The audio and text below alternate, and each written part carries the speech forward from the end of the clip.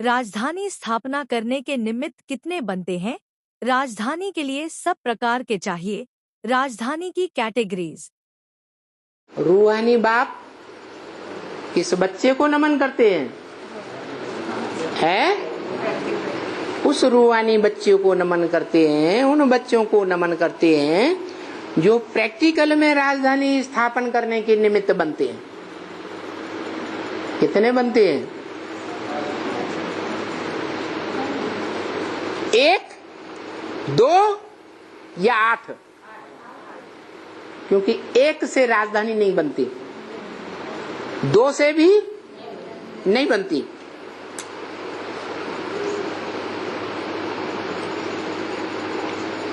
राजधानी के लिए सब प्रकार की चाहिए। कौन कौन से?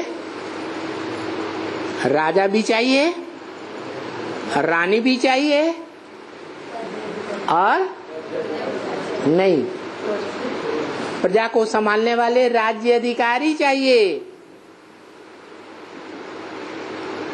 विश्व की राजाई संभालने के लिए जो विश्व का महाराजा है वो चारों ओर दौड़ेगा, है? नहीं दौड़ेगा। तो उसके हैंड्स चाहिए। तो वो हैंड्स, उन हैंड्स में राज्य अधिकारी भी हैं। उसके बाद राजा के परिवार में दास दासी का काम करने वाले, और राज्य अधिकारियों के परिवार में दास दासी का काम करने वाले। फिर जो साहूकार हैं प्रजा वर्ग के, उन बड़े बड़े साहूकारों के घर में दास दासी का काम करने वाले। दास दासी चाहिए या नहीं चाहिए? तो दास दासियों की संख्या ज्यादा हुई या राज्य अधिकारियों या राजा रानी की संख्या ज्यादा हुई? दास दासियों की संख्या बहुत होती है। इसलिए बताया